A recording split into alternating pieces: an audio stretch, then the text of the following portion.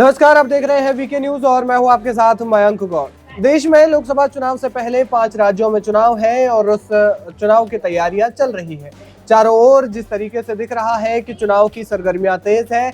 मध्य प्रदेश के साथ साथ छत्तीसगढ़ और अन्य राज्यों में भी पार्टियां अपने अपने चुनाव प्रचार में लगी हुई है।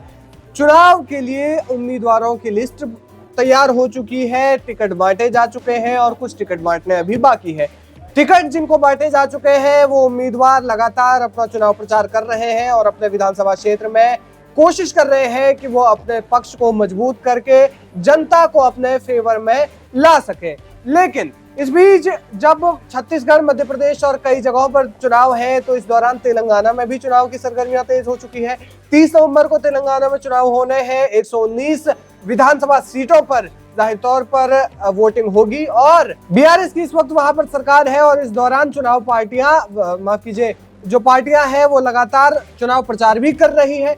चुनाव प्रचार के दौरान कई ऐलान किए जा रहे हैं, अपने पिटारे से कई वादे निकाले जा रहे हैं और जनता को लुभाने के लिए उन वादों का इस्तेमाल किया जा रहा है। इसी बीच भाजपा ने एक और बड़ा ऐलान कर दिया है। भाजपा ने तेलंगाना में ऐलान किया है कि अगर उनकी सरकार तेलंगाना में बनती है तो वो किसी पिछड़ी वर्ग की जाति को मुख्यमंत्री के रूप में नियुक्त करेंगे। मुख्यमंत्री किसी पिछड़े वर्ग की जाति से होगा। अब यहाँ पर एक तरीके से जातियां जो समीकरण बैठाने की कोशिश की जा रही है, वो भी ऐसे वक्त में ये ऐलान किया है बीजेपी ने जब कांग्रेस समेत कई पार्टियां बीजेपी को जातीय जनगणना के तौर पर घेर रही है, जातीय मुद्दे पर घेर रही है चुनाव में। इसलिए क्योंकि हम जानते हैं कि बिहार में जिस प्रकार से नीतीश कुमार ने जातीय जनगणना जारी की, उसके बाद इसे नीतीश कुमार का एक बहुत बड़ा दांव माना गया।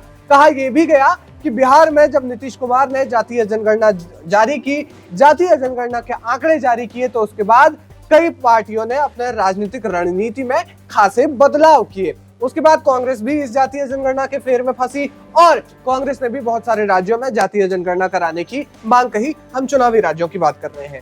कांग्रेस की वर्किंग कमेटी में कांग्रेस नेता राहुल गांधी ने एक बयान दिया था। उन्होंने कहा था कि हमारी जिन राज्यों में सरकार है उनमें से 4 में से 3 मुख्यमंत्री ओबीसी से आते हैं।